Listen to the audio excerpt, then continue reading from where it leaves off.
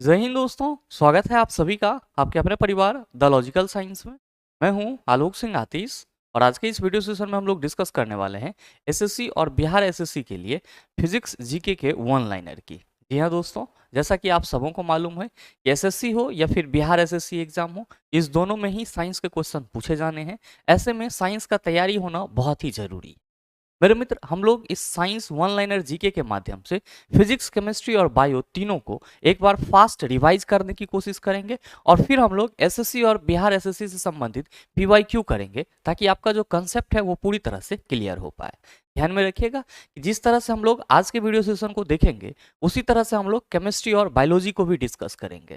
साथ ही ध्यान में आप ये भी रखिएगा कि हम लोग वन लाइनर जीके के रूप में 50 या 60 वन लाइनर जीके नहीं देखेंगे। हम लोग लगभग 100 से 150 वन लाइनर जीके फिजिक्स और केमिस्ट्री और बायोलॉजी तीनों से संबंधित देखेंगे ताकि जो हम लोग का कंसेप्ट है वो पूरी तरह से एक बार रिवाइज हो जाए और फिर जब हम लोग इससे संबंधित पीवाईक्यू करें, प्रीवियस ईयर क्वेश्चन करें, तो हमारा जो कंसेप्ट है वो पूरी तरह से बेहतर ढंग से निखर के सामने आए और हम एग्जाम में बेहतर स्कोर कर पाए। तो इसी कड़ी में आज का ये आपका पहला सेशन होगा जहां पे हम लोग किसको डिस्कस करने वाले हैं। तो हम लोग डिस्कस करने वाले हैं आपका फिजिक्स वन लाइनर जीके के पहले क्लास की। तो आइए बिना अपने समय को गंवाए हुए शुरू करते हैं आज के इस सेशन की और देखते हैं एग्जाम रेलेवेंट क्या कुछ सीख पाते हैं। मेरे मित्र, अगर हम लोग क्वेश्चन की बात करें तो क्वेश्चन हमने बिल्कुल ही बेसिक से लेकर के एडवांस लेवल तक का जो भी आपका फिजिक्स का चैप्टर है या केमिस्ट्री का है या फिर बायो का है उसको मैंने एज अ वन लाइनर रखा है। ध्यान में दीजिएगा कि शुरुआत में आपको कुछ क्वेश्चन बहुत ही इजी लगेंगे लेकिन उसका कंसेप्ट आपको याद रखना बहुत ही जरूरी है। तो परेशान नहीं होना है कि सर ये चीज तो हमको आता है, आता आपको बहुत कुछ है, लेकिन क्या करना है, यहाँ पे रिवीजन करना है। तो आइए चलते हम लोग अपने पहले क्वेश्चन की तरफ और देखते हैं कि क्वेश्चन क्या कहा जा रहा है। ध्यान दीजिएगा कि पहला है आपका कि इकाई समय में तय की गई दूरी डैश कहलाता है।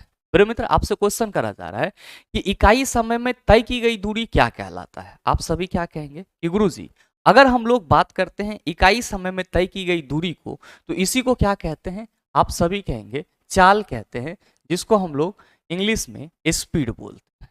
मेरे मित्र, ध्यान में रखेंगे कि स्पीड के लिए फॉर्मूला क्या होता है। तो स्पीड के लिए फॉर्मूला होता है आपका डिस्टेंस बटा टाइम। क्या होता है फॉर्मूला? डिस्टेंस बटा टाइम। और इसी को हम लोग क्या कहते हैं? तो गुरुजी, प्रति एकांक समय में तय की गई दूरी है। तो जब भी आपसे क्वेश्चन पूछा जाएगा कि प्रति एकांक समय में तय की गई दूरी या फिर इकाई समय में तय की गई दूरी क्या कहलाती है, तो आप कहेंगे चाल कहलाती है। मेरे मित्र, आप सभी ध्यान में रखेंगे यहाँ पे कि जो आपका चाल है ये किस प्रकार की राशि है। आप सभी याद रखना, अदिश राशि है। काहे अदिश राशि है? इसीलिए है क्योंकि चाल को रिप्रेजेंट करने के लिए हमको सिर्फ और सिर्फ मैग्नीट्यूड यानी कि परिमाण की जरूरत होती है, डायरेक्शन की जरूरत नहीं होती। तो जब भी हम लोग स्पीड को एक्सप्लेन कर रहे होते हैं तो वहां पे सिर्फ और सिर्फ हम लोग स्पीड के मैग्नीट्यूड यानी कि परिमाण की बात करते हैं, डायरेक्शन की बात नहीं करते हैं। और नो डाउट आप सबों को मालूम है कि ऐसी भौतिक राशि जिसको बताने के लिए सिर्फ और सिर्फ परिमाण की जरूरत होती है, दिशा की जरूरत नहीं होती है, उसको हम लोग अदिश राशि कहते हैं। और ऐसी भौतिक राशि जिसको बताने के लिए या रिप्रेजेंट करने के लिए या फिर व्यक्त करने के लिए आपको दिशा और परिमाण दोनों की जरूरत होती है, उसको हम लोग क्या कहते हैं? तो आप कहेंगे सर सदिश राशि के। आइए आपका जो नेक्स्ट क्वेश्चन है उसमें क्या कहा जा रहा है। नेक्स्ट में कहा जा रहा है कि इकाई समय में निश्चित दिशा में तय की गई दूरी डैश कहलाता है। मेरे मित्र, ध्यान दीजिएगा दोनों ही क्वेश्चन पे। यहां पे आपसे क्वेश्चन पूछा गया कि इकाई समय में तय की गई दूरी, और यहां पे पूछा जा रहा है कि इकाई समय में निश्चित दिशा में तय की गई दूरी। जैसे ही निश्चित दिशा लग गया तो यहाँ पे निश्चित दिशा में जो तय की गई दूरी होगी वो क्या होगी? तो आप सभी याद रखना, विस्थापन होगी, जिसको हम लोग क्या कहते हैं इंग्लिश में? तो इसी को हम लोग इंग्लिश में डिस्प्लेसमेंट कहते हैं। क्या कहते हैं? डिस्प्लेसमेंट कहते हैं। बहुत सारे मित्रों को कहीं ना कहीं इसमें कंफ्यूजन रहता है कि गुरुजी ये कैसे हो जाता है।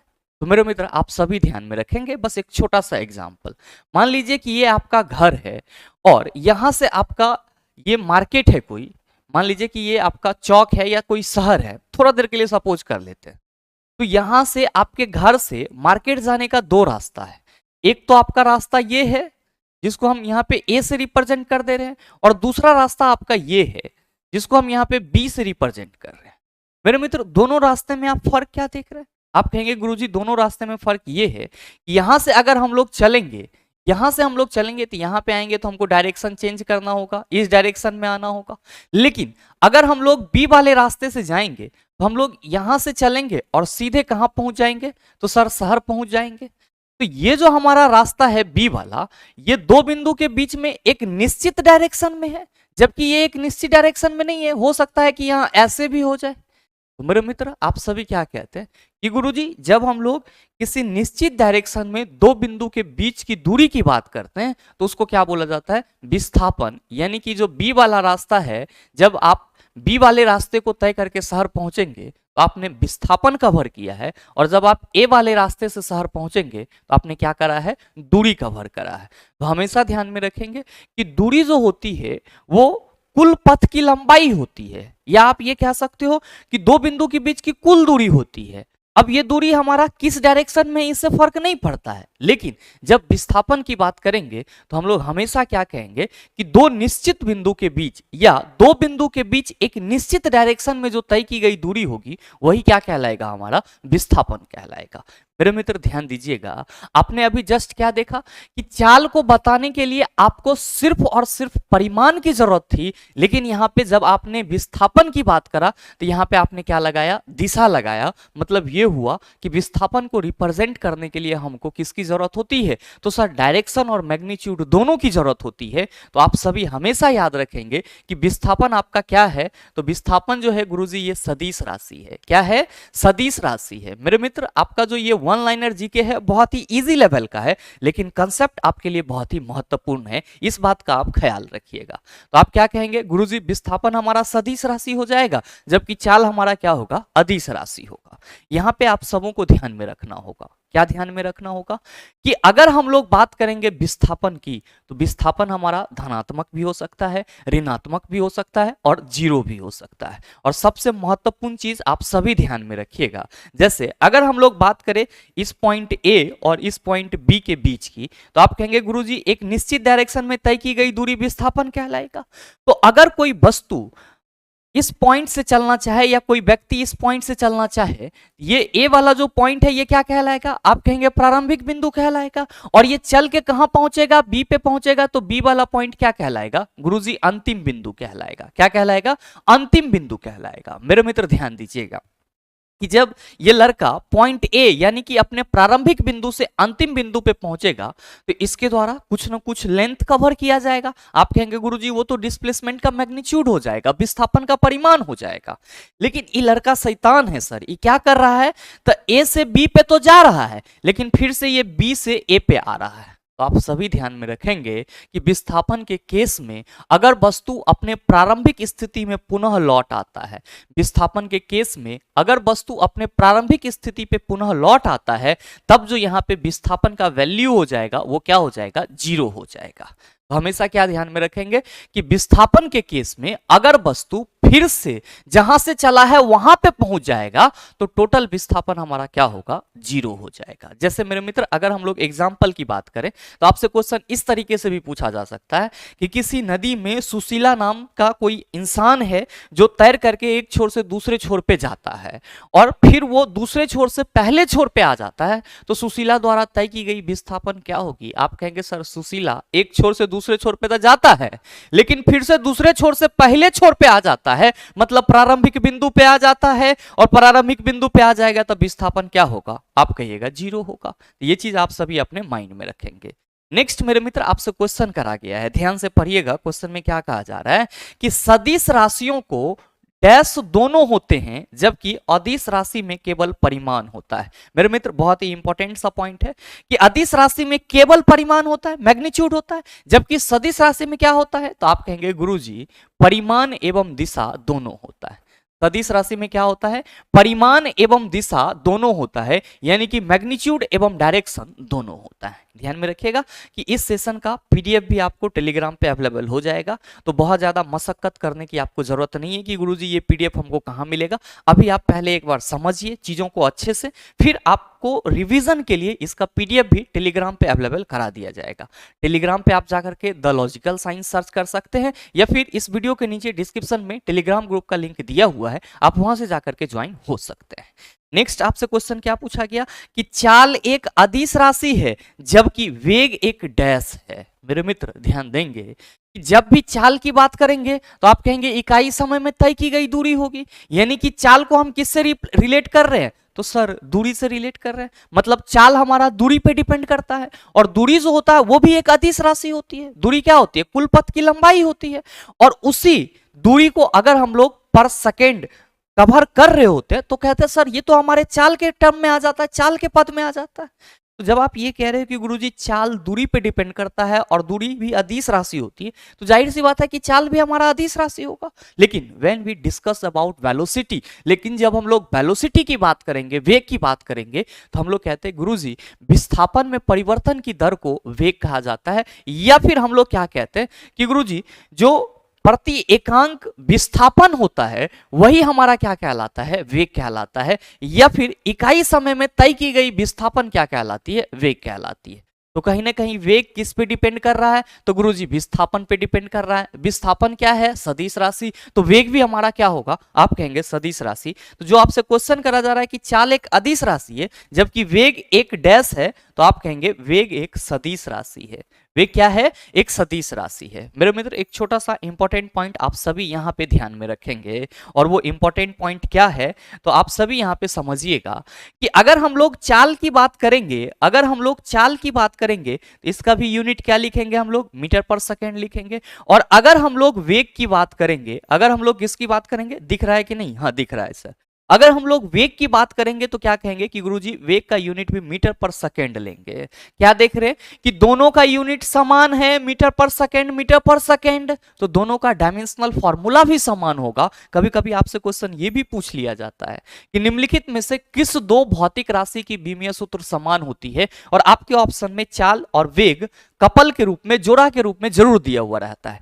आप कहेंगे सर ये तो हम समझ गए कि इसका यूनिट समान है तो डायमेंशनल फॉर्मूला समान होगा, लेकिन ये बता दो कि इसका डायमेंशनल फॉर्मूला क्या होता है। तो चलिए जी बहुत आसान तो है, L(T⁻⁻1) चाल और वेग का क्या होता है, तो गुरुजी बीमीय सूत्र होता है। ये चीज भी आप ध्यान में रखेंगे। उम्मीद करते हैं कि इन सारे क्वेश्चन को आप समझ पाए होंगे। चलते हैं सर अगले क्वेश्चन की तरफ, ध्यान दीजिएगा। आपका अगला क्वेश्चन क्या है, क्वेश्चन नंबर 5 आपसे पूछा जा रहा है कि किसी वस्तु द्वारा निश्चित दिशा में स्थान परिवर्तन डैश कहलाता है। ध्यान दीजिएगा, फिर से एक बार आपसे क्वेश्चन करा जा रहा है कि किसी वस्तु द्वारा निश्चित दिशा में स्थान परिवर्तन। मेरे मित्र आप कहेंगे कि गुरुजी अगर हम बात करें फिर से इस पॉइंट ए की और इस पॉइंट बी की, और ए से बी तक अगर हम जाएंगे तो एक निश्चित दिशा में जाएंगे। मान लेते हैं कि यहाँ पे कोई लड़का मोहन है और मोहन भाई साहब पॉइंट ए पे हैं, इसको पॉइंट बी पे जाना है। तो जब ये पॉइंट ए से पॉइंट बी पे आएंगे तो इसका स्थान परिवर्तन होगा, और वो भी निश्चित डायरेक्शन में। तो आप कहिएगा गुरुजी विस्थापन ना हो जाएगा, बिल्कुल सही सोच रहे हैं। तो जो आपसे क्वेश्चन करा जा रहा है कि किसी वस्तु द्वारा निश्चित दिशा में स्थान परिवर्तन डैश कहलाता है, आप कहेंगे गुरुजी विस्थापन कहलाता है। क्या कहलाता है, विस्थापन कहलाता है, यानी कि डिस्प्लेसमेंट कहलाता है। नेक्स्ट ध्यान दीजिएगा, क्वेश्चन करा जा रहा है कि विस्थापन शून्य हो सकता है लेकिन तय की गई दूरी डैश नहीं होता है। मेरे मित्र हमेशा ध्यान में रखेंगे कि जो आपका सदिश राशि है, जिसको हम लोगों ने विस्थापन के टर्म में अभी जस्ट डिफाइन करा है, और मैंने आपको बताया भी है कि विस्थापन जो है वो धनात्मक हो सकता है, ऋणात्मक हो सकता है, और जीरो हो सकता है, मतलब तीनों चीज हो सकता है। चूंकि वेग की बात करें तो वेग विस्थापन पे डिपेंड करता है, that's why we are also called that. यहाँ पे हम लोग ये भी कह सकते हैं कि गुरुजी जब विस्थापन धनात्मक, ऋणात्मक और जीरो हो सकता है तो वेग भी हमारा क्या होगा, धनात्मक, ऋणात्मक और जीरो हो सकता है। लेकिन आप सभी ध्यान में रखेंगे कि वस्तु द्वारा तय की गई दूरी कभी भी ऋणात्मक या जीरो नहीं होती है, यह हमेशा क्या होती है, धनात्मक होती है। क्योंकि वस्तु द्वारा तय की गई दूरी कभी भी ऋणात्मक या जीरो नहीं होती है, हमेशा धनात्मक होती है। तो हम ये कह सकते हैं कि गुरुजी चाल तो दूरी पे डिपेंड करता है। तो जाहिर सी बात है कि चाल जो है वो हमेशा क्या होगा, पॉजिटिव होगा, कभी भी जीरो या फिर हम लोग निगेटिव की बात नहीं करेंगे। तो आपसे जो क्वेश्चन करा जा रहा है कि विस्थापन शून्य हो सकता है लेकिन तय की गई दूरी डैश नहीं होता है, तो आप कहेंगे तय की गई दूरी शून्य नहीं होता है, तय की गई दूरी शून्य नहीं होता है। ये जब भी होगा तो क्या होगा गुरुजी, धनात्मक होगा। जैसे एक और छोटा सा एग्जांपल ले, विस्थापन के केस की हम बात कर लेते हैं। तो ये हमारा ए है और ये हमारा बी है। अगर हम लोग निश्चित डायरेक्शन में जा रहे हैं ए से बी की ओर, तो आप कहेंगे सर विस्थापन कवर करा। मान लेते हैं कि ए से बी तक की जो लंबाई है वो 5 मीटर है, तो आप जब ए से बी पे गए तो विस्थापन कितना हो गया, तो गुरुजी विस्थापन तो 5 मीटर हो गया। विस्थापन कितना हो गया 5 मीटर। दूरी कितना हुआ, तो सर यहाँ पे निश्चित डायरेक्शन में एक बार जा रहे हैं तो जो विस्थापन होगा वो दूरी के बराबर होगा। दूरी भी हमारा एक बार जाने में 5 मीटर हो गया, यानी कि जब आप ए से बी पे गए तो विस्थापन भी 5 मीटर और दूरी भी 5 मीटर। ध्यान दीजिएगा। लेकिन आप क्या किए, आप यहां से फिर ए पे आ गए, बी से आप ए पे आ गए। तो जब आप बी से ए पे आए हैं, ध्यान से समझिएगा सर, जब आप बी से ए पे आए हैं, इस डायरेक्शन में आए हैं, आपका यहां पे जो विस्थापन होगा वो क्या हो जाएगा, विस्थापन 0 हो जाएगा। दूरी क्या होगा, तो सर एक बार इधर गए तो 5 मीटर, और फिर यहां से यहां आए तो दूरी यहां पे हमारा 10 मीटर हो जाएगा। तो ध्यान में रखेंगे कि अगर वस्तु अपने प्रारंभिक बिंदु से चल करके अंतिम बिंदु पे पहुंचता है और फिर अंतिम बिंदु से चल करके प्रारंभिक बिंदु पे आ जाता है, तो विस्थापन तो 0 हो जाएगा लेकिन दूरी क्या होगा, आप कहेंगे सर दोगुना हो जाएगा। तो आप ये चीज भी ध्यान में रखिएगा। नेक्स्ट आपसे क्वेश्चन क्या करा गया, क्वेश्चन करा गया कि वेग में प्रति इकाई समय में होने वाले परिवर्तन को उस पिंड का डैश कहते हैं। मेरे मित्र ध्यान देंगे, यहां पे क्वेश्चन करा जा रहा है कि वेग में प्रति इकाई समय में होने वाले परिवर्तन को उस पिंड का डैश कहते हैं। अब यहां पे वेग में प्रति इकाई समय में परिवर्तन हो रहा है, तो आपसे पूछा जा रहा है कि उससे उस पिंड का क्या कहेंगे। आप कहेंगे सर वेग में परिवर्तन हो रहा है, तो क्या हम लोग वेग में परिवर्तन को डेल भी कह सकते हैं। आप कहेंगे बिल्कुल, परिवर्तन जो हो रहा है वो इकाई समय में हो रहा है, तो डेल भी बटा डेल टी हो जाएगा। आप कहेंगे गुरुजी वेग में परिवर्तन की दर को ना हम लोग त्वरण कहते हैं। तो मेरे मित्र डी भी बटा डी टी जो है या डेल भी बटा डेल टी क्या कहलाएगा, त्वरण। त्वरण को हम लोग किससे रिप्रेजेंट करते हैं, ए से रिप्रेजेंट करते हैं। ध्यान दीजिएगा कि अगर हम लोग इसको जो आपने फॉर्मूला याद करा है उस रूप में लिखें तो आप कहेंगे गुरुजी v माइनस यू बटा टी हो जाएगा, v माइनस यू बटा टी हो जाएगा। तो आप यहाँ पे क्या देख रहे हैं कि वेग में प्रति इकाई समय में होने वाला परिवर्तन या फिर वेग में परिवर्तन की दर क्या कहलाएगा, आप कहेंगे गुरुजी त्वरण कहलाएगा, जिसको हम लोग क्या कहते हैं, एक्सेलरेशन कहते हैं। ध्यान में रखिएगा कि त्वरण भी क्या है, एक सदिश राशि है। त्वरण भी क्या है, एक सदिश राशि है। और त्वरण का ऐसा यूनिट क्या होता है, मीटर पर सेकेंड स्क्वायर होता है, जिसको आप ms टू द पावर -2 के रूप में भी लिख सकते हैं। आप कहेंगे कि गुरुजी हमारा अगला क्वेश्चन है कि त्वरण और विस्थापन दोनों ही डैश हैं, आप बताइए कि क्या होगा। आप सभी कहेंगे कि गुरुजी अभी तक के डिस्कशन से हमको तो यही पता चला है कि जो हमारा त्वरण है और विस्थापन है दोनों ही सदिश राशि है। त्वरण और विस्थापन दोनों ही क्या है, सदिश राशि है, यानी कि वेक्टर क्वांटिटी है। तो ये भी आप अपने माइंड में रखिएगा, आपके लिए इंपॉर्टेंट है। बहरहाल चलते हैं अगले क्वेश्चन की तरफ। आइए, आपका जो अगला क्वेश्चन है वो है क्वेश्चन नंबर 9। क्या कहा जा रहा है कि डैश के कारण रुकी हुई गाड़ी को अकस्मात चलने से यात्री पीछे की ओर झुक जाता है। मेरे मित्र आपसे क्वेश्चन ये करा जा रहा है कि किसके चलते रुकी हुई गाड़ी के अचानक चलने से यात्री पीछे की ओर झुक जाता है। आप सभी क्या कहेंगे कि गुरुजी यहां पे जो कंसेप्ट आएगा वो कंसेप्ट आ जाएगा जड़त्व का। किसका कंसेप्ट आ जाएगा, जड़त्व का। पहले हम लोग समझ लेते हैं जड़त्व क्या होता है। ध्यान दीजिएगा, इसी को हम लोग क्या कहते हैं, इनर्शिया कहते हैं। क्या कहते हैं, इनर्शिया कहते हैं। जड़त्व किसी भी वस्तु का वह गुण है जो अपने अवस्था परिवर्तन का विरोध करता है। क्या कहिएगा कि जड़त्व किसी भी वस्तु का वह गुण है जो अपने अवस्था परिवर्तन का विरोध करता है। जैसे अगर कोई चीज विरामावस्था में है तो वो विरामावस्था में ही रहना चाहेगी, और अगर कोई चीज गत्यावस्था में है तो वो गत्यावस्था में ही रहना चाहेगी जब तक कि उस पर कोई बाह्य बल कार्य न करे।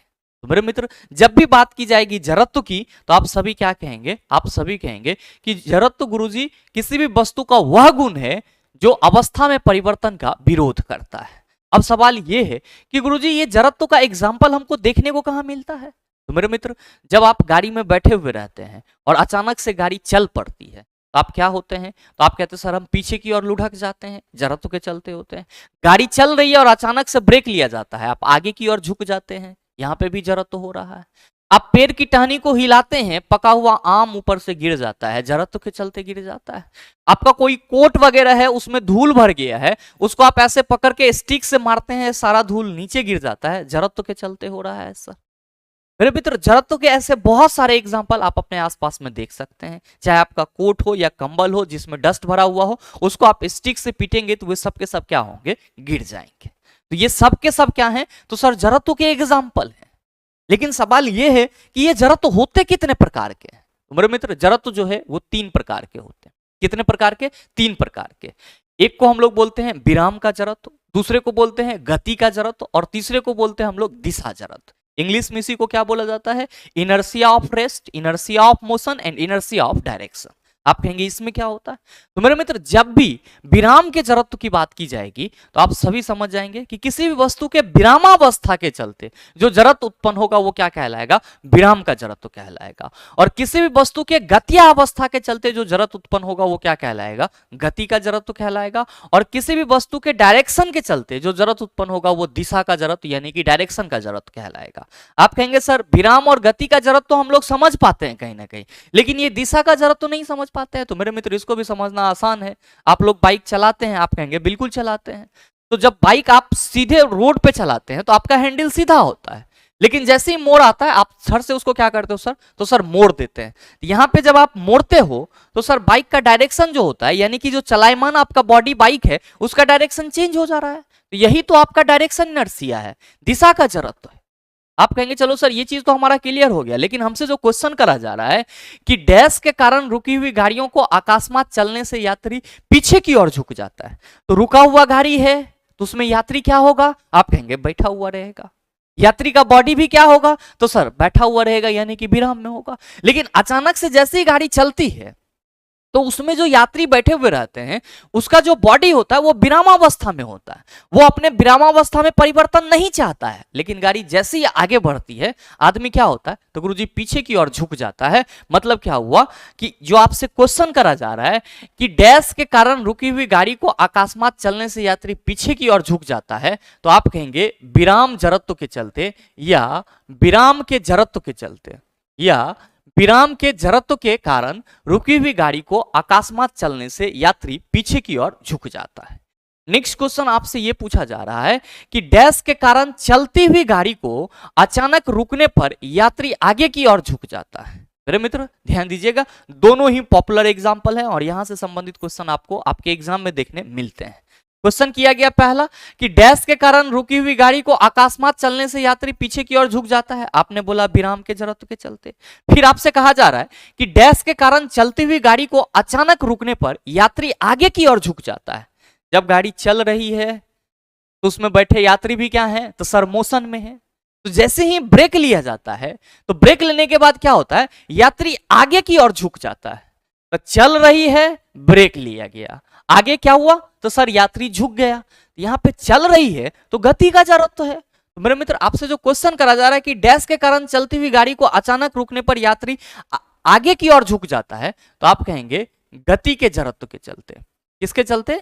गति के जरत्व के चलते।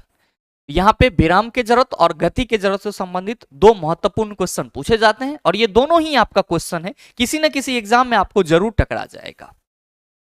आइए नेक्स्ट हम लोग बात करते हैं क्वेश्चन नंबर 11 की। क्वेश्चन नंबर 11 आपसे क्या कहा जा रहा है कि डैश के कारण डंडे से प्रहार करने पर कोट की धूल झड़ जाती है। आप कहेंगे गुरुजी जरत्व के चलते।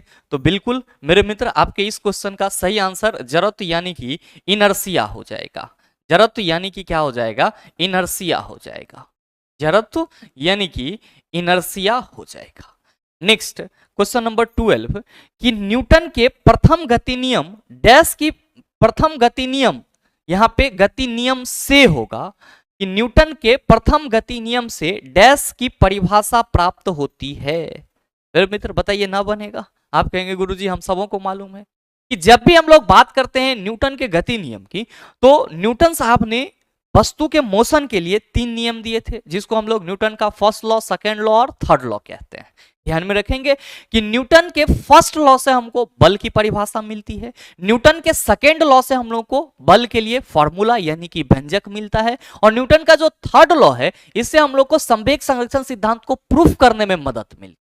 साथ ही ध्यान में आप ये भी रखेंगे कि न्यूटन के पहले नियम को जड़त्व का नियम बोला जाता है, और न्यूटन के दूसरे नियम को संवेग का नियम बोला जाता है, और न्यूटन के तीसरे नियम को क्रिया प्रतिक्रिया नियम बोला जाता है। बहरहाल आपसे क्वेश्चन क्या करा जा रहा है, क्वेश्चन करा जा रहा है कि न्यूटन के प्रथम गति नियम से डैश की परिभाषा प्राप्त होती है। आप कहेंगे न्यूटन के प्रथम नियम से हमको बल की परिभाषा प्राप्त होती है, यानी कि फोर्स की डेफिनेशन प्राप्त होती है। आइए चलते हैं अगले क्वेश्चन की तरफ। आपका अगला क्वेश्चन क्या पूछा जा रहा है आपसे? आपसे पूछा जा रहा है कि किसी पिंड द्वारा इकाई समय में ध्रुवांतर पर बनाया गया कोण डैश कहलाता है। आप कहेंगे सर ये तो बड़ा फंसाने वाला चीज है, यहाँ पे हमसे क्वेश्चन करा जा रहा है कि किसी पिंड द्वारा इकाई समय में ध्रुवांतर पर बनाया गया कोण डैश कहलाता है। ये कैसे होगा, क्या है? तो मेरे मित्र ध्यान देंगे, मान लीजिए कि ये आपका एक सर्कुलर पाथ है, यानी कि वृत्ताकार मार्ग है, और जब ये वृत्ताकार मार्ग है तो जाहिर सी बात है कि इसका अपना एक सेंटर भी होगा, अपना एक केंद्र भी होगा, और साथ ही क्या होगा, तो सर सेंटर से मिलाने वाली एक रेखा भी होगी, जिसको हम लोग क्या कहेंगे, त्रिज्या बोलेंगे। मेरे मित्र ध्यान देंगे कि अगर ये त्रिज्या जो है, ये जो आपका त्रिज्या है, यहीं पे कोई व्यक्ति खड़ा हो जो मूव कर रहा हो इस सर्कुलर पाथ पे, तो आप क्या कहेंगे कि सर ऐसा संभव है कि जब ये मूव करेगा, ये यहां से मूव करके, मान लीजिए कि ये P पॉइंट पे खड़ा है और मूव करके ये Q पॉइंट पे आ जा रहा है, ये मूव करके यहां से यहां पे आ जाएगा, ये मूव करके इस P वाले बिंदु पे आ जाएगा। आप कहेंगे सर यहां से एक डायग्राम, सॉरी एक लाइन हम खींचेंगे, हम लोग देखेंगे कि यहाँ पे एक एंगल बन रहा है, और ये एंगल हमारा क्या होगा, थीटा होगा, और इस व्यक्ति को इस P पॉइंट से Q तक आने में, इस व्यक्ति को इस P पॉइंट से Q तक आने में आप कहेंगे कुछ ना कुछ समय लगेगा। तो मेरे मित्र जो कुछ ना कुछ समय लगेगा वो एक्चुअली में इस कोण को बनने में समय लग रहा है, और इस कोण को बनने में जो समय लगेगा हम लोग क्या कहेंगे कि गुरुजी वही तो हमारा कोणीय वेग कहलाएगा। और मेरे मित्र यहाँ पे क्वेश्चन आपसे यही करा जा रहा है कि किसी पिंड द्वारा इकाई समय में ध्रुवांतर पर बनाया गया कोण, यानी कि ये अगर पोल है हमारा, तो इस पे जो बनाया गया कोण होगा वो क्या कहलाएगा? आप कहेंगे गुरुजी कोणीय वेग कहलाता है। क्या कहलाता है? कोणीय वेग कहलाता है। और ध्यान में रखिएगा कि कोणीय वेग को हम लोग इंग्लिश में क्या कहते हैं, एंगुलर वेलोसिटी कहते हैं। क्या कहते हैं? एंगुलर वेलोसिटी कहते हैं। मेरे मित्र ध्यान में रखेंगे कि कोणीय वेग को रिप्रेजेंट किससे किया जाता है? कोणीय वेग को ओमेगा से रिप्रेजेंट किया जाता है, और फॉर्मूला क्या होगा? तो आप कहेंगे सर कोण बनने में जितना समय लिया गया है वही हमारा क्या होगा, कोणीय वेग। तो ओमेगा इक्वल टू हो जाएगा चला थीटा बटा टी। क्या हो जाएगा? थीटा बटा टी। और साथ ही अगर बात करेंगे इसके यूनिट की, तो आप सभी याद रखना कि कोण के लिए यूनिट हम लोग रेडियन लेते हैं और टाइम के लिए हम लोग सेकेंड लेते हैं। तो कोणीय वेग का जो यूनिट होता है वो क्या हो जाता है, रेडियन पर सेकेंड हो जाता है। कोणीय वेग का यूनिट क्या हो जाता है, रेडियन पर सेकेंड हो जाता है। और साथ ही ध्यान में रखिएगा कि कोणीय वेग जो है वो किस प्रकार की राशि है, तो ये आपका सदिश राशि है, यानी कि वेक्टर क्वांटिटी है। ध्यान देंगे नेक्स्ट क्वेश्चन आपसे क्या करा जा रहा है कि कोणीय वेग का मात्रक डैश होता है। बताइए, अभी जस्ट मैंने आपको यहां पे ही बता दिया। तो आप कहेंगे गुरुजी कोणीय वेग का मात्रक रेडियन पर सेकेंड होता है। फिर क्या कहा जा रहा है आपसे, फिर कहा जा रहा है कि न्यूटन के प्रथम गति नियम को जड़त्व का नियम या डैश भी कहते हैं। मेरे मित्र आपसे क्वेश्चन करा जा रहा है कि न्यूटन का जो प्रथम गति नियम है उसको तो हम लोग जड़त्व का नियम कहते हैं, लेकिन इसको और डैश भी कहते हैं।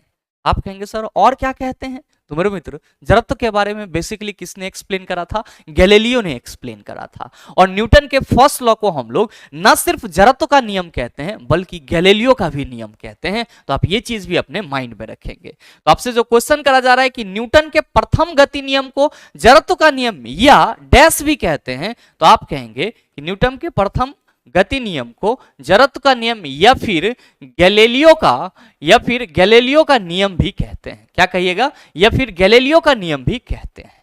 नेक्स्ट आपसे क्वेश्चन क्या पूछा जा रहा है? नेक्स्ट पूछा जा रहा है कि किसी वस्तु के मात्रा और वेग के गुणनफल को डैश कहते हैं। ध्यान दीजिएगा, यहां पे मात्रा की बात की जा रही है। मात्रा बोले तो आप कहेंगे गुरुजी मास की बात की जा रही है।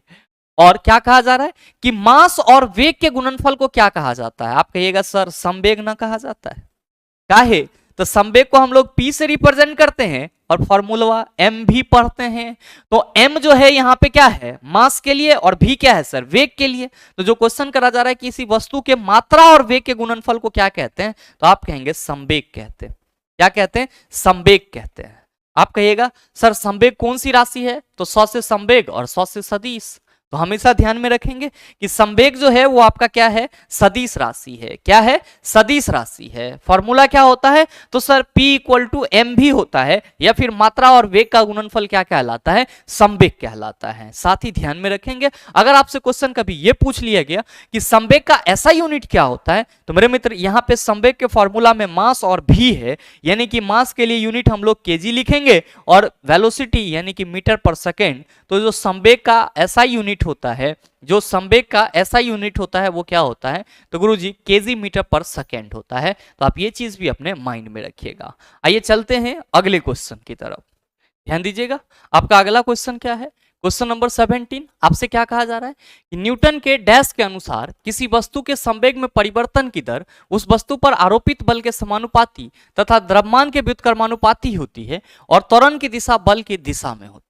आप सभी क्या कहेंगे कि गुरुजी ये तो सीधे सीधे न्यूटन का सेकेंड लॉ है। तो ध्यान में रखिएगा कि क्वेश्चन का स्टेटमेंट आपको इतना बड़ा भी मिल सकता है, लेकिन आंसर क्या होगा, आप कहेंगे गुरुजी अभी जस्ट आपने इसी सेशन में बताया है कि न्यूटन का जो दूसरा नियम है इसी को क्या बोला जाता है, संवेग का नियम बोला जाता है। यहाँ पे खाली जगह में क्या भराएगा, आप कहेंगे सेकेंड लॉ भराएगा। तो जब भी बात की जाएगी संवेग में परिवर्तन की दर उस वस्तु पर लगे बल के समानुपाती होती है, आप समझ जाना कि न्यूटन के सेकेंड लॉ की बात की जा रही है। साथ ही ध्यान में रखेंगे कि न्यूटन के सेकेंड लॉ से हम लोगों को बल के लिए क्या फॉर्मूला मिलता है, F इक्वल टू एम मिलता है। और साथ ही यहाँ पे हम लोग A इक्वल टू क्या कहते हैं, तो गुरुजी F बटा m भी कहते हैं। तो ये चीज भी आप ध्यान में रखेंगे। नेक्स्ट क्वेश्चन आपसे क्या पूछा गया कि यदि कोई बल किसी वस्तु पर बहुत ही कम समय तक कार्यरत रहे तो बल और समय के गुणनफल को उस वस्तु का डैश कहते हैं। मेरे मित्र जैसे आप किसी को स्लैब लगाते हैं, चाटा लगाते हैं, तो जो आप चाटा लगाते हैं उसमें आप हाथ के द्वारा किसी के गाल पे बहुत कम समय के लिए बल लगाते हैं। एक्चुअली चाटा लगने के बाद बहुत तीखा दर्द होता है, ये किस वजह से, आवेग के वजह से। क्यों, क्योंकि जब भी हम लोग आवेग को डिफाइन करते हैं तो क्या कहते हैं कि गुरुजी किसी वस्तु पर जो थोड़े समय के लिए बल लगता है तो वो समय और जितना बल लगता है वो बल दोनों के गुणनफल को क्या बोला जाता है, आवेग बोला जाता है, इंपल्स बोला जाता है। जो आपसे क्वेश्चन करा जा रहा है कि यदि कोई बल किसी वस्तु पर बहुत ही कम समय तक कार्यरत रहे तो बल और समय के गुणनफल को उस वस्तु का डैश कहते हैं। आप कहेंगे गुरुजी बल और समय के गुणनफल को उस वस्तु का आवेग कहते हैं, जिसको हम लोग इंग्लिश में इंपल्स कहते हैं। और इसको हम लोग जे से रिप्रेजेंट करते हैं या फिर आई से, और फॉर्मूला हम लोग F इंटू टी कहते हैं। ध्यान में रखिएगा अगर हम लोग यूनिट की बात करेंगे तो बल के लिए हम लोग यूनिट न्यूटन लेंगे और समय के लिए मीटर। तो आवेग का जो यूनिट हो जाएगा वो क्या हो जाएगा, आप कहेंगे न्यूटन मीटर हो जाएगा। क्या हो जाएगा सर, न्यूटन मीटर हो जाएगा। तो आप ये चीज भी ध्यान में रखेंगे। साथ ही ध्यान में रखिएगा कि संवेग में परिवर्तन को भी आवेग बोला जाता है। जैसे अगर हम लोग बात करें P2 माइनस P1 तो ये हमारा क्या कहलाएगा, आप कहेंगे गुरुजी P2 माइनस P1 संवेग में परिवर्तन कहलाएगा। तो संवेग में परिवर्तन हमारा क्या कहलाएगा, आवेग कहलाएगा। लेकिन संवेग में परिवर्तन की दर की बात की जाएगी तो वो हमारा क्या कहलाएगा, बल कहलाएगा। जैसे संवेग में परिवर्तन की दर की बात करेंगे तो संवेग में परिवर्तन हमारा P2 माइनस P1, दर कह रहे हैं तो P2 माइनस P1 बटा T हो जाएगा। इसको हम लोग क्या कहेंगे, बल कहेंगे। तो ध्यान में रखिएगा दोनों बात कि संवेग में परिवर्तन की दर को बल बोला जाएगा और सिर्फ संवेग में परिवर्तन को क्या बोला जाएगा, आवेग यानी कि इंपल्स बोला जाएगा। आइए चलते हैं अगले क्वेश्चन पे। आपका जो अगला क्वेश्चन है सर, क्वेश्चन नंबर 19, क्या पूछा जा रहा है आपसे कि जिस बल का परिणामी शून्य नहीं होता उसे डैश कहा जाता है। आपसे क्वेश्चन करा जा रहा है कि जिस बल का रिजल्टेंट जीरो नहीं होता है उसको क्या कहा जाता है। आप कहेंगे सर इसका क्या मतलब हुआ और ये रिजल्टेंट फोर्स क्या है, तो मेरे मित्र इसी को हम लोग परिणामी बल कहते हैं। जैसे मान लीजिए ये आपका कोई एक ब्लॉक है या लकड़ी का गुटका या पत्थर का टुकड़ा है, इस पे कोई व्यक्ति आ रहा है जो 5 न्यूटन का बल लगा रहा है, दूसरा भी आ रहा है जो 10 न्यूटन का बल लगा रहा है, और एक कोई तीसरा व्यक्ति आ रहा है जो 30 न्यूटन का बल लगा रहा है। तो इस ब्लॉक पे टोटल बल कितना लग रहा है, तो आप कहेंगे सर सबको जोड़ देंगे तो यही हमारा टोटल बल हो जाएगा और यही हमारा क्या होगा, परिणामी बल भी होगा, यानी कि रिजल्टेंट फोर्स भी होगा। आपको यहां पे ये समझना होगा कि अगर हम लोग बात करते हैं किसकी, अगर हम लोग बात करते हैं बल के प्रकार की, और उसमें भी कौन से प्रकार की, संतुलित और असंतुलित बल के प्रकार की, किसकी बात करते हैं, संतुलित और असंतुलित बल के प्रकार की या असंतुलित बल की, जिसको हम लोग इंग्लिश में बैलेंस्ड या अनबैलेंस्ड फोर्स कहते हैं। तो आप सभी क्या कहते हैं कि गुरुजी संतुलित बल के कंडीशन में वस्तु में गति नहीं होगा। जैसे आपने रस्साकसी का खेल खेला होगा, या छोड़िए रस्साकसी को गोली मारिए, मान लीजिए कि ये आपका कोई टुकड़ा है सर, और ये आपका क्या है सर, रस्सी से बंधा हुआ है, और एक छोर इधर ये लड़का खींच रहा है और एक छोर इधर से ये लड़का खींच रहा है। दोनों 5 न्यूटन का बल लगा रहा है, दोनों 5 न्यूटन का बल लगा रहा है, तो दोनों विपरीत डायरेक्शन में समान परिमाण का बल लगा रहा है, तो क्या इसमें कोई मूवमेंट होगा? आप कहेंगे बिल्कुल नहीं होगा सर, ये तो स्थिर रहेगा। तो मेरे मित्र, क्योंकि बल जो है वो विपरीत डायरेक्शन में समान परिमाण का है और इसके वजह से इसमें कोई गति नहीं हो रहा है, तो यहां पे ये बल हमारा क्या कहलाएगा, संतुलित बल कहलाएगा। लेकिन जैसे ही ये लड़का थोड़ा सा यहाँ पे क्या कर दे, अपना मूड चेंज कर दे और ये 10 न्यूटन का बल लगा दे, तो सर ये लड़का को ले ये धड़ाम से गिर जाएगा। मतलब क्या हुआ कि यहाँ पे बल असंतुलित हो गया। तो क्या ध्यान में रखना है कि अगर समान परिमाण का दो बल विपरीत दिशा में लग रहा है, तब हम लोग वहां पे क्या कहेंगे, गुरुजी वो संतुलित बल का उदाहरण होगा। और दो असमान परिमाण का बल एक दूसरे के विपरीत दिशा में लग रहा है, तब जो वहां पे बल लग रहा है वो हमारा क्या कहलाएगा, असंतुलित बल, अनबैलेंस्ड फोर्स कहलाएगा। एक छोटा सा पॉइंट आप सभी अपने माइंड में रखेंगे कि संतुलित बल के कंडीशन में वस्तु में गति नहीं होगा, यानी कि संतुलित बल जो है वो वस्तु में गति का कारण नहीं बनता है, जबकि असंतुलित बल जो है वो वस्तु में गति का कारण बनता है। बहरहाल आपसे क्वेश्चन क्या करा जा रहा है कि जिस बल का परिणामी शून्य नहीं होता है उसे डैश कहा जाता है। ध्यान में रखिएगा कि अगर हम लोग बात करेंगे संतुलित बल की, तो इसमें रिजल्टेंट फोर्स हमारा क्या होगा, 0 होगा। क्यों? क्योंकि दोनों तरफ तो सर मैग्नीट्यूड हमारा सेम लगेगा ना, लेकिन डायरेक्शन अलग अलग होगा। तो दोनों को जब जोड़ेंगे तो एक प्लस एक माइनस लेंगे, क्या होगा, आप कहेंगे सर सेम मैग्नीट्यूड रहेगा तो ऐसे ही कट के स्वाहा हो जाएगा, तो मैग्नीट्यूड क्या होगा हमारा, 0। तो जो क्वेश्चन करा जा रहा है कि जिस बल का परिणामी शून्य नहीं होता है उसे डैश कहा जाता है, आप कहेंगे सर यहां पे शून्य होता है किसका, संतुलित बल का, और शून्य नहीं होगा किसका, असंतुलित बल का। तो सर आंसर क्या होगा, यहां पे असंतुलित बल हो जाएगा। आंसर क्या होगा, असंतुलित बल हो जाएगा।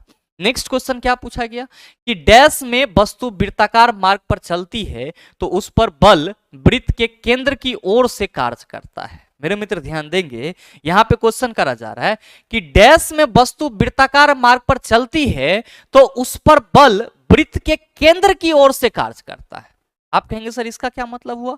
मेरे मित्र ध्यान देंगे इस डायग्राम पे, मान लीजिए कि ये सर्कुलर पाथ है और यहाँ पे ये कोई लड़का है जो इस पे ये मूव कर रहा है, ये इस डायरेक्शन में मूव करेगा, आप कहेंगे बिल्कुल। फिर यहां आएगा तो इस डायरेक्शन में मूव करेगा, यहां आएगा तो इस डायरेक्शन में मूव करेगा। लेकिन क्या होगा, तो सर इस लड़का के द्वारा हमेशा इस सर्कुलर पाथ के केंद्र की ओर एक बल लगाया जा रहा होगा, और इसी बल को हम लोग क्या कहते हैं, आप कहेंगे अभिकेंद्रीय बल, यानी कि सेंट्रीपिटल फोर्स कहते हैं।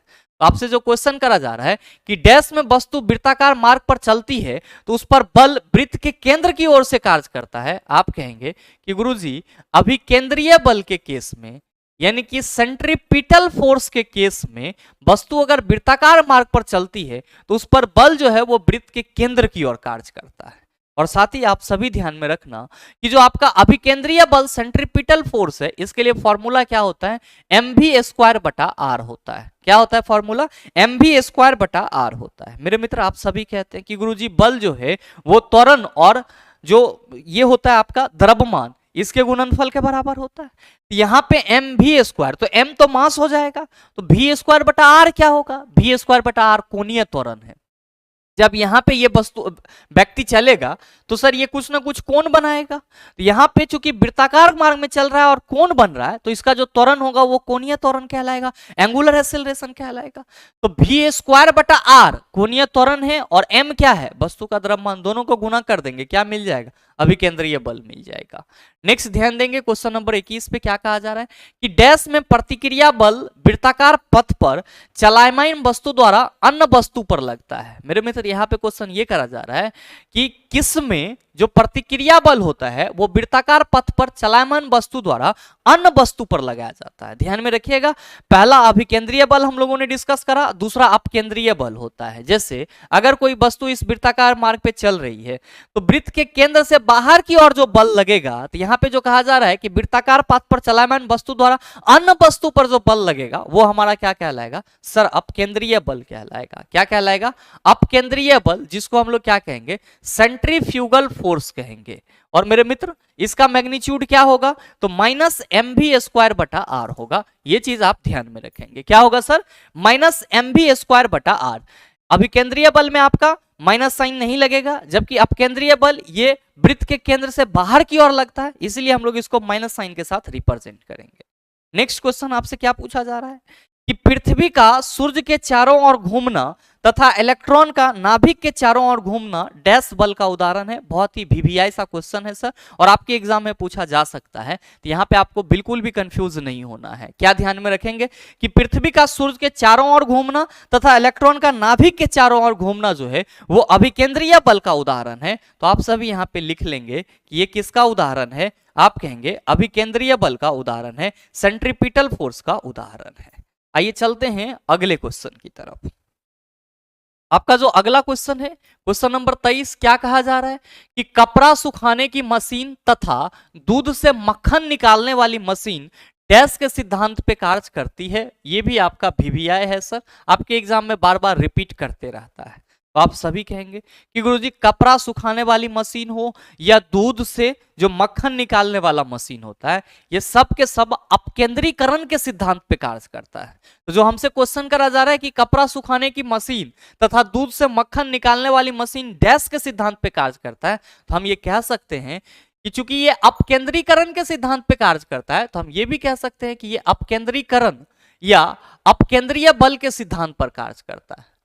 अपकेंद्रीय यानी कि सेंट्रीफ्यूगल अपकेंद्रीय बल के सिद्धांत पर कार्य करता है। नेक्स्ट क्वेश्चन आपसे क्या पूछा जा रहा है कि बल द्वारा एक पिंड को एक अक्ष के परितः घूमने की प्रवृत्ति को क्या कहते हैं? मेरे मित्र, जैसे आप दरवाजा लगाते हो या फिर खोलते हो, या जो दरवाजा का हैंडल होता है उसको आप लगाते हो, तो इन सभी में क्या करते हो? एक अक्ष यानी कि एक एक्सिस के परितः चारों ओर उसको घुमा रहे होते हो। और आप सभी क्या कहते हो कि गुरुजी बल द्वारा एक पिंड को जब भी किसी एक्सिस के परितः यानी कि अक्ष के चारों ओर घुमाया जाएगा, इसी को क्या बोला जाता है? बल आघूर्ण बोला जाता है। क्या बोला जाता है? बल आघूर्ण बोला जाता है, जिसको हम लोग इंग्लिश में क्या कहते हैं? इसको हम लोग इंग्लिश में टॉर्क कहते हैं। अच्छा, बल आघूर्ण के लिए फॉर्मूला हम लोग क्या लिखते हैं? तो बल इंटू बल बाहु लिखते हैं। क्या लिखते हैं? बल इंटू बल बाहु लिखते हैं। ध्यान में रखेंगे कि बल बाहु क्या है? तो सर भुजा है, या बल इंटू भुजा भी हम लोग कहते हैं। ध्यान में रखेंगे कि जो बल बाहु है ये एक्चुअली क्या है? तो सर जो लेंथ है उसकी लंबाई है। तो यहाँ पे जो हमारा बल आघूर्ण का यूनिट हो जाता है वो क्या हो जाता है? तो सर न्यूटन मीटर हो जाता है। तो ये चीज भी आप ध्यान में रखेंगे। नेक्स्ट क्वेश्चन आपसे ये करा जा रहा है कि बल आघूर्ण एक सदिश राशि है। मेरे मित्र, ये चीज भी आप अपने माइंड में रखिएगा कि टॉर्क जो है वो क्या है? एक वेक्टर क्वांटिटी है, और इसका मात्रक डैश होता है। आप कहेंगे सर यही ना बताए हैं, इसका मात्रक जो है वो न्यूटन मीटर हो जाएगा। क्या हो जाएगा? न्यूटन मीटर हो जाएगा। नेक्स्ट है आपका कि किसी पिंड का डैश वह बल है जिससे पृथ्वी उसे अपने केंद्र की ओर खींचती है। मेरे मित्र, आपसे क्वेश्चन करा जा रहा है कि किसी पिंड का डैश वह बल है जिसे पृथ्वी उसे अपनी ओर खींचती है।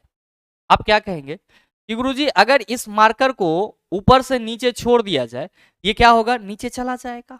मेरे मित्र, जब ये नीचे जाएगा तो आप सभी क्या कहेंगे कि गुरुजी ये पृथ्वी के गुरुत्व के चलते गया है, और पृथ्वी हर एक वस्तु को अपनी ओर गुरुत्वाकर्षण बल से खींचती है, और पृथ्वी का जो गुरुत्वाकर्षण बल होता है वो वस्तु के भार के बराबर होता है। आप कहेंगे सर ये तो हम लोगों ने कई दफा पढ़ा है। तो भाई मेरे क्वेश्चन भी तो यही पूछा जा रहा है ना कि किसी पिंड का डैश वह बल है जिससे पृथ्वी उसे अपने केंद्र की ओर खींचती है।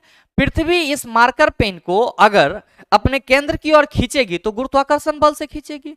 इस गुरुत्वाकर्षण बल का जो परिमाण होगा वो इस मार्कर पेन के भार के बराबर होगा। आप कहेंगे बिल्कुल। तो भाई मेरे आपसे क्वेश्चन तो यही करा जा रहा है कि किसी पिंड का डैश वह बल है, तो आप कहेंगे किसी पिंड का भार यानी कि वेट वह बल है जिसे पृथ्वी उसे अपने केंद्र की ओर खींचती है। भार क्या है, आप सभी याद रखना, सदिश राशि है। क्या है, सदिश राशि है। फॉर्मूला क्या होता है, तो गुरुजी W इक्वल टू mg होता है। और ध्यान में रखेंगे कि भार जो है वो किस पे डिपेंड करेगा, तो आप कहेंगे गुरुजी ये द्रव्यमान और गुरुत्वीय त्वरण दोनों पे डिपेंड करेगा। अगर द्रव्यमान बढ़ा देंगे तो हम लोग कहेंगे वस्तु का भार भी बढ़ जाएगा, द्रव्यमान घटा देंगे तो वस्तु का भार भी क्या होगा, घट जाएगा। और साथ ही साथ ये डायरेक्टली किस पे डिपेंड करता है, गुरुत्वीय त्वरण पे। गुरुत्वीय त्वरण बढ़ेगा तो वस्तु का भार भी बढ़ेगा, गुरुत्वीय त्वरण घटेगा तो वस्तु का भार भी घटेगा। ये चीज भी आप ध्यान में रखेंगे। आइए चलते हैं सर अगले क्वेश्चन की तरफ। आपका अगला क्वेश्चन है कि जब बल द्वारा किसी वस्तु में विस्थापन उत्पन्न किया जाता है तो इसे डैश होना समझा जाता है। मेरे मित्र ध्यान दीजिएगा कि ये आपका मार्कर पेन यहाँ पे स्थिर है और आपने इस पे ऐसे मारा तो ये सर मूव कर गया, तो सर मूव करा तो कुछ ना कुछ डिस्प्लेसमेंट कवर करा। तो साइंस के दृष्टिकोण में अगर किसी वस्तु पर बल लगे और वस्तु कुछ ना कुछ विस्थापन कवर करे तो आप कहते हैं सर इसको कार्य होना समझा जाता है। तो भाई बा क्वेश्चन भी यही पूछा जा रहा है कि जब बल द्वारा किसी वस्तु में विस्थापन उत्पन्न किया जाता है तो इसे डैश होना समझा जाता है। आप कहेंगे साइंस के दृष्टिकोण से इसको कार्य होना समझा जाता है। और कार्य आपका किस प्रकार की राशि है, अदिश राशि है। चला जी ध्यान में रखेंगे कि कार्य के लिए फॉर्मूला क्या होता है, तो गुरु जी W equal to F into D होता है या फिर W equal to F into D या एफ डी कॉस थीटा होता है। ध्यान में रखिएगा कि जब आपके क्वेश्चन में बल और विस्थापन दिया हुआ रहेगा तो गुना कर देंगे, कार्य निकल जाएगा। लेकिन जब आपके क्वेश्चन में बल और विस्थापन और साथ ही बल और विस्थापन के बीच बने हुए कोण का भी जिक्र किया जाएगा तब आप फॉर्मूला कौन सा लगाएंगे, W equal to F D cos theta लगाएंगे। नेक्स्ट क्वेश्चन आपसे ये करा जा रहा है कि कार्य करने की दर डैश कहलाता है जबकि कार्य करने की क्षमता डैश कहलाता है। आप कहेंगे गुरुजी कार्य करने की दर की बात की जा रही है, तो कार्य करने की दर जो है वो शक्ति कहलाता है। काहे तो आप कहते हैं गुरुजी P इक्वल टू डब्ल्यू बटा टी ना होता है, जहां पे W क्या है तो आप कहते हैं वर्क है, T क्या है तो आप कहते हैं कि गुरुजी टाइम। तो वर्क बटा टाइम क्या होगा, कार्य करने की दर, इसको क्या कहेंगे, शक्ति कहेंगे। जबकि कार्य करने की क्षमता आप कहिएगा गुरुजी ऊर्जा कहलाएगा, यानी कि एनर्जी कहलाएगा। क्या कहलाएगा, ऊर्जा यानी कि एनर्जी कहलाएगा। नेक्स्ट आपसे क्या पूछा जा रहा है कि कार्य और ऊर्जा का मात्रक डैश है जबकि शक्ति का मात्रक डैश है। आप क्या कहेंगे कि गुरुजी कार्य हो या ऊर्जा हो दोनों का मात्रक हम लोग जूल लेते हैं जबकि शक्ति का मात्रक हम लोग क्या लेते हैं, तो गुरुजी वाट लेते हैं। ये चीज भी ध्यान में रखेंगे।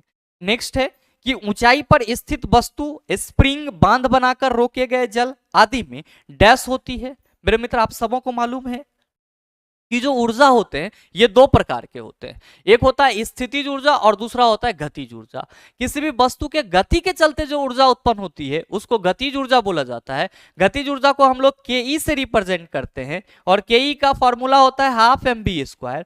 और किसी भी वस्तु के स्थिति के चलते जो ऊर्जा उत्पन्न होती है उसको हम लोग स्थितिज ऊर्जा कहते हैं। स्थितिज ऊर्जा को हम लोग Pe से रिप्रेजेंट करते हैं और फॉर्मूला इसका mgh होता है।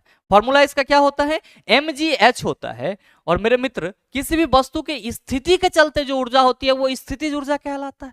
तो ऊंचाई पर स्थित वस्तु, वहां पे भी वस्तु की स्थिति की बात करेंगे। स्प्रिंग सर इसका भी अपना एक स्थिति होता है। बांध बनाकर रोके गए जल, आप कहेंगे सर यहाँ पे भी वस्तु की स्थिति की बात करेंगे, यहाँ पे तो पानी विरामावस्था में होगा। आदि में डैश होती है, आप कहेंगे इन सब में स्थितिज ऊर्जा यानी कि Pe होता है। स्थितिज ऊर्जा यानी कि Pe होता है। तो मेरे मित्र ये आपका लास्ट क्वेश्चन था और मुझे उम्मीद है कि यहाँ तक के जितने भी क्वेश्चन थे उन सभी को आप आसानी से समझ पाए होंगे और ये आपका एक तरह से क्विक रिवीजन हो गया होगा। और 1 से 2 बार इसको अगर आप अपने घर पे भी रिवाइज करते हैं तो जो भी छोटी बड़ी बातें छूटी हुई है वो आपके माइंड में आ जाएगा। और साथ ही उम्मीद ये भी करते हैं कि ये वीडियो आपको अच्छा लगा होगा। अगर आपको वीडियो अच्छा लगा तो वीडियो को लाइक कीजिएगा, ज़्यादा से ज़्यादा शेयर कीजिएगा और हाँ अगर आप चैनल पर नए हैं तो सब्सक्राइब करके बेल आइकन दबा लीजिएगा ताकि इस तरह के एग्जाम रेलेवेंट वीडियो का नोटिफिकेशन सबसे पहले आपके पास पहुंचे और आप उसको सबसे पहले देख पाओ। मिलते हैं फिर अगले सेशन में, तब तक के लिए best of luck, thank you, have a nice day.